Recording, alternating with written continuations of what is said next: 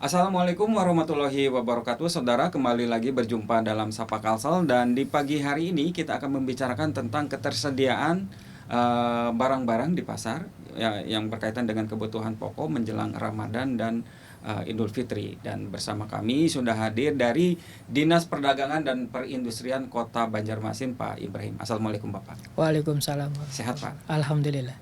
Oke Pak, kalau kita berbicarakan sekarang ini 2 minggu lagi, mungkin beberapa hari lagi kita akan masuk ke dalam suasana Ramadan begitu. Dan biasanya pada saat itu sudah mulai nih harga-harga itu mulai tinggi dan sebagainya. Itu bagaimana Pak kalau misalkan di Kota Banjarmasin sendiri? Baik, biasanya kalau memang menghadapi bulan Ramadan itu biasanya memang ada harga-harga yang biasanya ada kenaikan Pak. Itu disebabkan karena adanya besarnya permintaan dari masyarakat biasanya untuk menghadapi bulan Ramadan, dan begitu juga untuk menghadapi bulan Hari Raya Idul Fitri. Nah, jadi kalau kita biasanya ini ada dua hal yang kita laksanakan. Pemkab Banjarmasin melalui Dinas Perdagangan dan Perindustrian Banjarmasin, kawan-kawan di bidang itu melakukan yang namanya pemantauan harga, Pak. Jadi pemantauan harga itu tujuannya adalah untuk memastikan untuk menghadapi bulan Ramadan ini ketersediaan bahan pokok itu atau komoditi yang diperlukan dari masyarakat dalam menghadapi bulan Ramadan itu tersedia atau tidak tersedia. Yang kedua, memastikan harganya bagaimana. Memang ada kenaikan beberapa komoditi, tapi ada juga beberapa komoditi yang ada mengalami penurunan. Nah, jadi kawan-kawan di perdagangan itu di bidang kita itu melaksanakan semacam pemantauan harga. Nah, dan memastikan bahwa stok itu tuh ada, Pak. Aman gitu. Aman, ya seperti itu. Nah, ketika misalkan dari Dinas Perdagangan dan Perindustrian Kota Banjarmasin sendiri itu menemukan misalkan ada gejala ketika itu, ini kok tidak standar gitu, itu apa yang dilakukan oleh Pak? Kalau misalkan misalnya harga punya kenaikan, maksudnya kenaikan bukan standar, misalkan ada pelonjakan naik harga yang signifikan, misalnya contoh misalkan komoditi beras ya. Sekarang kan terjadi ya? Iya, jadi komoditi beras pada saat ini memang sebelum bulan Ramadan pun memang harga beras itu memang melonjak tinggi, Pak. Jadi bisa disampaikan di sini bahwa harga beras lokal kita tuh memang luar biasa. Kelasnya itu dari Unus Mutiara tuh kisaran sekitar 22.000 per liter. Yang paling murah itu 13.500 Pamanukan, Pak.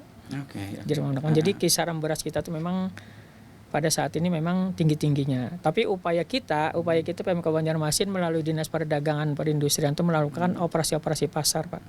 Sudah dilaksanakan kalau sampai bulan Februari tadi ada 12 kali, Pak. 12 kali. Itu hanya untuk beras lokal saja. Beras lokal. Jadi beras SPHP, Pak. Jadi kita itu kerjasama dengan Bulog, Pak. Jadi Bulog itu dia tuh punya produk beras namanya SPHP. SPHP itu adalah stabilisasi pasokan dan harga pangan. Itu namanya SPHP itu. Jadi SPHP itu merupakan beras impor, Pak. Tapi itu teksturnya, rasanya itu seperti beras lokal kita. Istilahnya karo kalau bahasa orang Banjar itu. Tapi harganya? Harganya 54.000 per 5 kilo, dan itu lebih murah, Pak. Lebih murah. Karena di pasaran kita Pamanukan aja yang pada saat ini tuh 13.500 per liter. Jadi kalau Tapi ada itu Pak beras Pamanukan itu ataupun SPHB itu? Ada, Pak. Oh, ada. Ada, sekarang sudah beredar itu. Sudah beredar di pasaran-pasaran juga sebagai penyeimbang daripada kenaikan daripada harga beras lokal kita, Pak. Jadi penyeimbang di mana masyarakat kita yang biasanya memakan beras lokal yang pada saat ini begitu tinggi, di sini ada beras SPHP dan juga beras Pamanukan, Pak. Pamanukan itu yang luar biasa. Itu beras Pamanukan itu termasuk beras lokal atau beras lokal? Jadi beras Pamanukan itu, Pak, asalnya tuh dari Subang, Pak. Subang, Jawa Barat. Berasnya di Subang itu salah satu penghasil beras Pamanukan yang luar biasa. Nah, kita telah melaksanakan KAD kerjasama antar daerah, antara kita dengan Kabupaten Subang melakukan kerjasama antar daerah untuk komoditi beras. Makanya pada saat ini kebetulan banyak sekali beredar beras Pamanukan di Kota Banjarmasin. Dan itu harganya nggak naik? Harganya stabil Pak, Masih stabil. 13.500 Masih stabil Masih stabil 13.500 sampai ya. sekarang. Oke. Berarti dengan adanya yang sekarang ini dikeluhkan oleh masyarakat bahwa harga beras itu tinggi, kemudian mengalami kelangkaan, itu seperti apa? Sebenarnya Mhm. masing-masing masyarakat tuh Bang punya pemikiran berbeda-beda Oke, Pak. Jadi itu kan masalah beras ini selera daripada Oh. penikmat Pak. Kalau Mhm. kayak kita di Banjarmasin ini kan rata-rata sukanya kayak Unus Mutiara segala macam. Nah makanya fungsi kita pemerintah Kota Kalau Banjarmasin, Unus Mutiara itu produksi dari mana? kita Pak Oh, dari Banjar. lokal itu lokal Oke. di Kalimantan Selatan. Kalimantan Kalau Selatan. Banjarmasin bukan penghasil beras Pak, Mhm. nah, tapi di Kalimantan Selatan gitu. Mhm.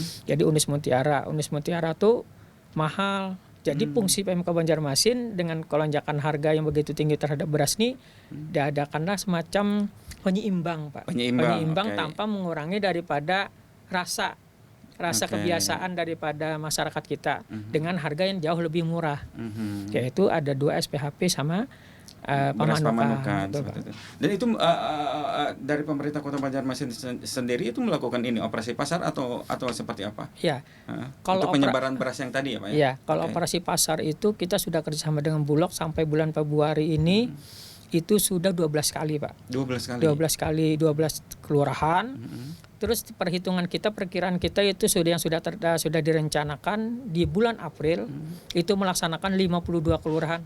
Jadi di Kota Banjarmasin kan ada di 52 kelurahan Pak. Jadi nanti sampai bulan April itu kita akan melaksanakan sebanyak 52 kelurahan. Sampai bulan April itu. Sampai bulan Februari ini sudah 12 Pak. Sudah 12. Itu ada dampaknya terhadap beras yang sekarang ini kondisinya mahal atau langka? Yang jelas tuh antusias masyarakat terhadap keberadaan SPHP, kita melaksanakan operasi pasar itu luar biasa Pak. Kita tidak memungkiri bahwa masyarakat kita memang memerlukan beras. Jadi di sinilah fungsi kita sebagai penyeimbang Pak. Betul. Kalau toh misalnya masyarakat memang harus memilih beras Unus, kita istilahnya tidak bisa juga memaksa masyarakat untuk memilih SPHP, tapi paling tidak di sini PMK Banjarmasin melalui menyediakan ya Pak. Nah, Betul. kita itu sebagai penyeimbang. Nah, itu paling tidak kita di sini dalam kondisi beras naik nih pemerintah tuh hadir, Pak. Betul. Itu poin Ada penting. ya Pak ya. Poin ketika- pentingnya di situ. Betul seperti itu. Ketika masyarakat membutuhkan, Kita pemerintah dan pemerintah itu hadir Hadir. gitu seperti itu. Kalau apa istilahnya penyebabnya itu karena apa Pak? Beras naik itu dan Kalau beras naik tuh kemarin awal-awal itu masalah cuaca, Pak. Kemarin tuh kan lagi panas-panasnya itu, Pak. Cuaca panas, lalu gagal panen. Itu informasi dari kawan-kawan yang ada di pasar kayak gitu loh. Cuma di sini Banjarmasin tidak bisa menjelaskan secara signifikan penyebabnya. Karena apa? Karena Banjarmasin bukan penghasil beras. Betul. Yang bisa menjawab itu adalah mungkin kabupaten kita sebelah sebagai penyanggah lah. penyangga. Seperti di Batola, seperti di Kabupaten Banjar Oke. seperti itu. Tapi informasi yang didapatkan oleh dari Cuaca. dinas sendiri itu karena cuaca. Oke. Kita tahan dulu Pak. Kita akan kembali saudara setelah jeda iklan berikut ini.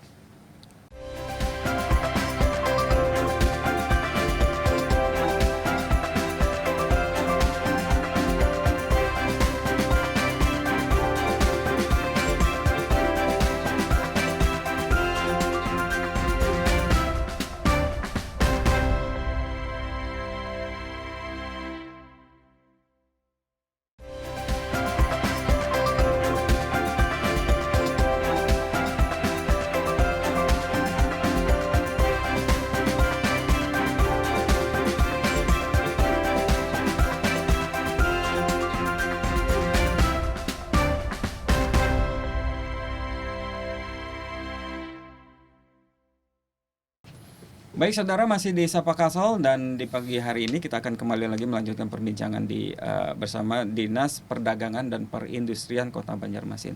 Pak, kalau tuh misalkan untuk ketersediaan beras sendiri apakah itu aman saat memasuki bulan Ramadan kemudian hari raya itu? Kalau untuk bulan Ramadan ini itu kita koordinasi dengan Bulog. Baru aja tadi kita melakukan koordinasi itu untuk bulan Ramadan ini menyediakan itu 7.000 ton, Pak. 7.000 ton beras SPHP. Terus tuh kawan-kawan Hanya untuk di Kota Banjarmasin saja? Iya, Oke. punya kota di Banjarmasin itu untuk menghadapi bulan Ramadan 7.000, Pak, 7.000 ton. Terus kawan-kawan yang ada di Pasar Muara Klayan, Pak, itu ada 5 toko besar. Kita sudah melakukan koordinasi di sana sebelumnya. Itu kawan-kawan itu per minggu, Pak, menyediakan itu ketersediaannya itu 5 ton per toko. Berarti kali 5 berarti 25 ton per minggu. Dan itu barang ready, Pak. Ready. Oke.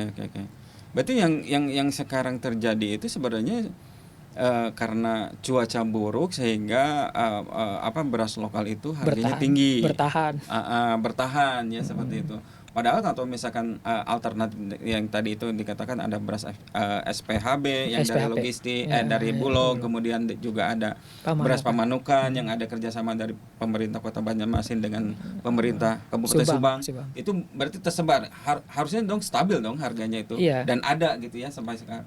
Iya, makanya ini saya kembalikan kepada selera masyarakat. Oh, selera. Itu kan pilihan, Pak. Pilihan. Jadi kita ini masyarakat. Sebenarnya tidak ada kekurangan dan tidak ada kelangkaan ya kalau tidak ada di Kota Banjarmasin. Cuma masalah harga tinggi.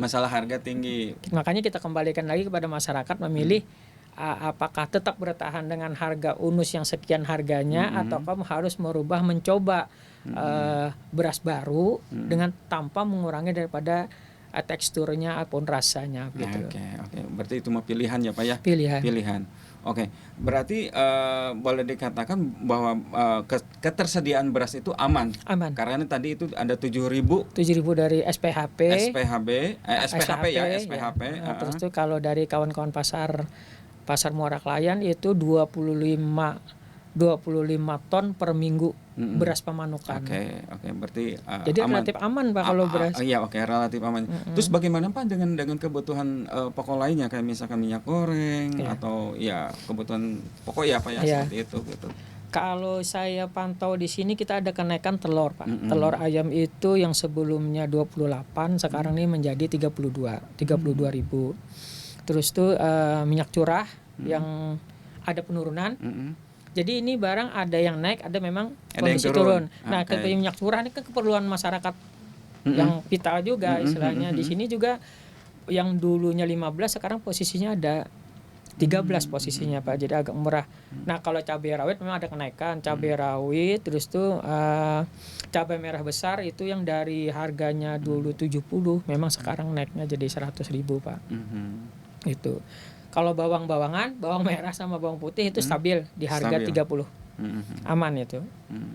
Tapi ya itu kembali lagi ke mungkin kebiasaan ya, Pak, ketika misalkan itu momen Ramadan kemudian hari raya itu permintaan tinggi.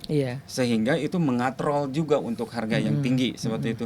Dari pemerintah kota itu juga tidak bisa maksudnya itu ya tidak bisa mengontrol harga itu kan diserahkan ke pasar atau emang ada dari pemerintah untuk melakukan jangan dong meninggikan dengan harga yang sekian kan begitu. Tidak bisa itu, Pak, karena itu kita tidak bisa mengintervensi karena headnya itu tidak ada di situ. Kan ada head, kalau head memang diatur kita seperti gas. Harga eceran tertinggi ya, Pak ya, betul. Itu. Beras pun sebenarnya ada headnya, tapi karena kondisinya seperti ada beberapa beras yang ada sudah dikemas itu, Pak, kayak lopo hijau segala macam, memang ada kenaikan, Pak. Headnya ada, tapi itu di luar intervensi kita karena itu kan nasional sifatnya. Nah, tapi kalau di sini fungsi kita di sini memastikan bahwa barang itu ada dan di sini memang kalau di bulan Ramadan ini biasanya kan, Pak, antara permintaan supply and demand itu pasti terjadi. Hukum pasar itu kan hukum pasar itu secara seperti itu dan hukum dagang ya istilahnya hukum dagang itu seperti itu bahwa apabila supply and demand istilahnya apabila semakin tinggi permintaan maka harga pasti naik dan itu hukum dagang dimanapun. Salah satunya kita di sini bicara masalah kebutuhan pokok. Nah, kayak gitu. Apalagi menghadapi bulan Ramadan. Jadi peran kita di sini ini yang paling utama adalah memastikan bahwa barang yang diperlukan masyarakat itu ada. Dan tidak begitu tinggi, Pak. Kalau di sini memang relatif stabil. Kalau saya lihat sampai hari ini ya masih stabil. Cuma telur, Pak, yang menurut saya tinggi dari 28 sampai 32.000. Kenaikannya memang luar biasa itu. Berarti untuk kebutuhan pokok itu kalau untuk wilayah Kota Banjarmasin itu disuplai dari daerah mana, Pak? Macam-macam, Pak. Kalau kayak telur itu kan itu bisa dari Blitar, Nah di Blitar tuh ada beberapa titik Pak. Makanya kalau telur ini jadi concern kita pada saat ini. Oh, okay. Jadi telur ini kan Pak, kita nih sudah ada kerjasama nih sama rencana mau mengadakan KAD lagi nih. Kalau seperti halnya dengan Subang. Okay. Terus itu kita nih mau mengadakan kerjasama di Blitar bulan Maret ini Pak. Komoditinya tuh komoditi telur Pak. Jadi kita mengharapkan komoditi telur kita, keperluan telur di Kota Banjarmasin ini bisa teratasi gitu loh. Karena telur ini tidak bisa dipungkiri memang kebutuhan masyarakat memang luar biasa Pak. Telur ayam ras terutama. Ayam ras ya Pak ya. Dan itu lebih banyak di Blitar Pak. Jadi kita sudah mengadakan Insya Allah nanti bulan Maret sudah ada MOU-nya Pak. Okay. Antara Pemko kita dengan. Dampak dari MOU itu apa? Oh iya, otomatis kita itu terutama kita itu diprioritaskan dalam hal menyuplai ke sini Pak. Karena kayak gini, Blitar itu tuh adalah salah satu pemasok telur terbesar di Indonesia. Sementara di daerah-daerah lain itu tuh memerlukan juga dengan adanya KAD ini ada ikatan semacam perjanjian untuk ada prioritas. Sehingga apabila masyarakat kita memerlukan atau agen-agen kita memerlukan, otomatis dengan adanya kesepakatan itu akan memprioritaskan ke Banjarmasin. Itu fungsi utamanya. Iya. Itu sebelumnya itu diperkirakan nih Pak, diperkirakan itu berapa ribu ton telur yang dibutuhkan masuk ke Banjarmasin itu? Itu tergantung daripada distributornya Pak. Jadi yang bisa ngitungnya tuh distributornya. Jadi distributor daripada telur ini bisa memperkirakan, kalau kita tidak bisa. Jadi dia memperkirakan berapa sih yang berarti pemerintah itu hanya memberikan jalan fasilitasi. Ya. Selebihnya dari pihak diserahkan ke pasar. Iya, dari pedagang kita ke pihak pedagang kali ya, pemilik telur, penghasil telur itu ke dengan pedagang kita mempertemukan. Maka ada di sana diikat dengan perjanjian antara pemerintah. Jadi pemerintah itu memfasilitasi Pak. Betul. Itu berapa tahun Pak untuk kerjasamanya Pak? Biasanya setahun dulu. Setahun dulu gimana perkembangannya. Nanti diperbaharui. Bisa berbaharui lagi. Tergantung daripada perjanjian kita pada saat itu. Tapi untuk tadi sempat dikatakan bahwa harga minyak curah itu mulai tinggi. Turun sekarang. Dari 15 jadi 13 Pak. Dari 15 ke 13. Oke. Tapi untuk kebutuhan yang lainnya ada yang tinggi, ada yang turun gitu ya, seperti itu ya. Oke, kita tahan dulu Pak. Kita akan kembali saudara setelah jeda iklan berikut ini.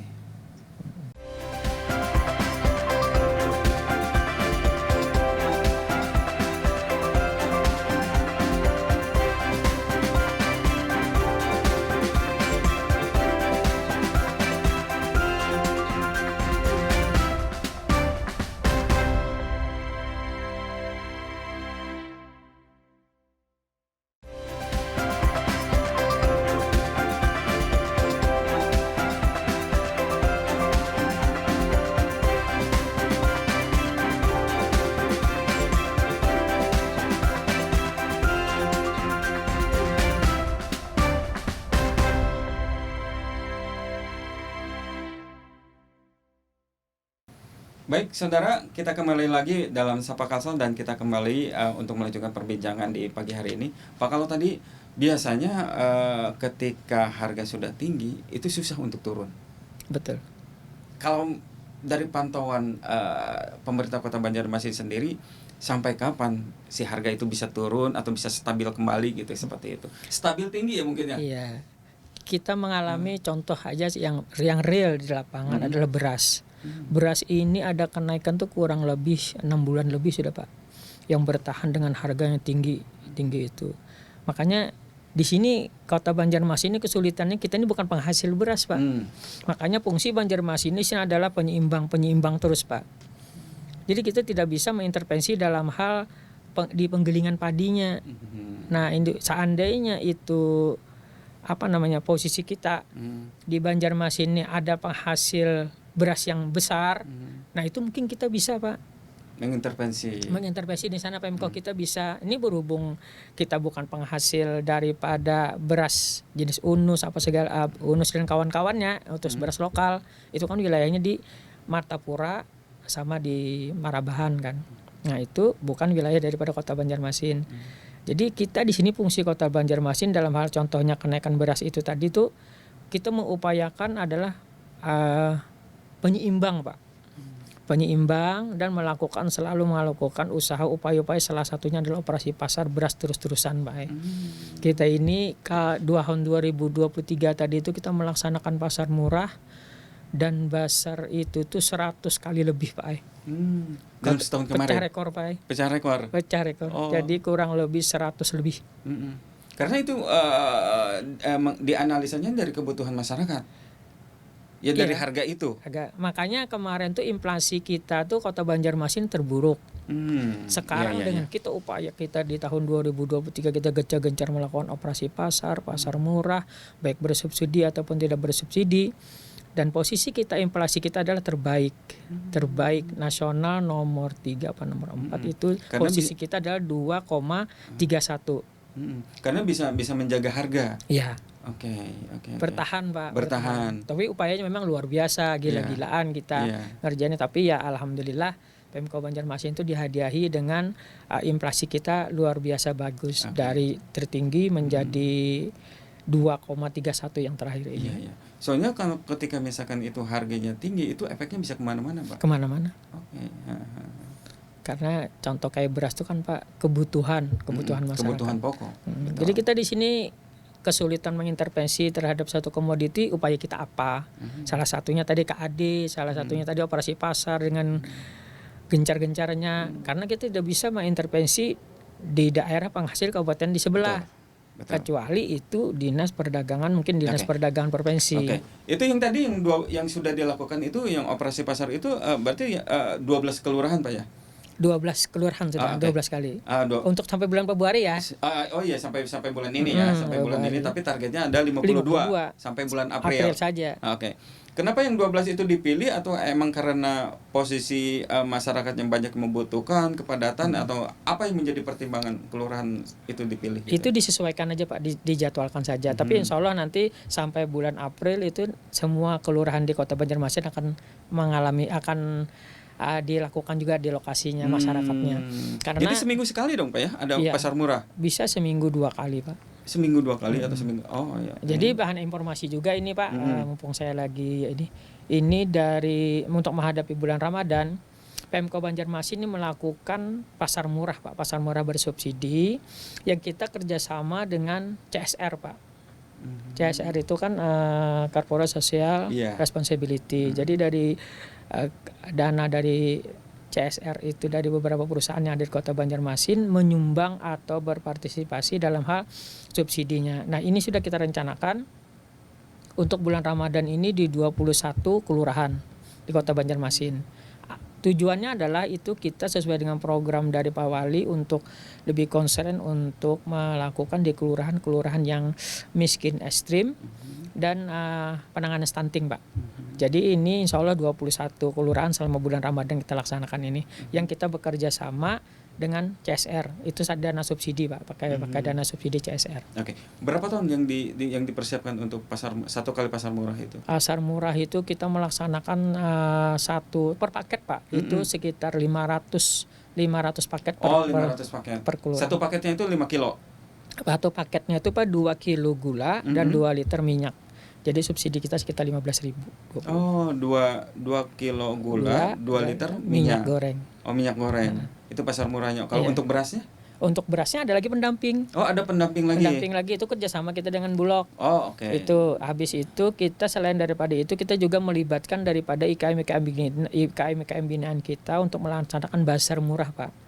Jadi IKM binaan kita itu kan, Pak, yang ada di Pemko maupun di Pemko yang ada di binaan di Desperdagin itu ada pengrajin kita, pelaku-pelaku IKM kita, Pak, yang membuat kue kering segala macam itu ikut berdagang di situ juga. Jadi sekaligus juga untuk menghidupkan perekonomian masyarakat di sana. Itu tujuan akhirnya di sana. Jadi semua itu jalan semua. Semua itu jalan ya. Jadi bukan hanya bisa mendapatkan stabilisasi harga, tetapi kehidupan perekonomian di masyarakat sekitar juga tumbuh. Menjadi terangkat, tumbuh seperti itu. Baik. Demikian, saudara, perbincangan di pagi hari ini. Kita akan kembali di episode berikutnya. Sampai jumpa.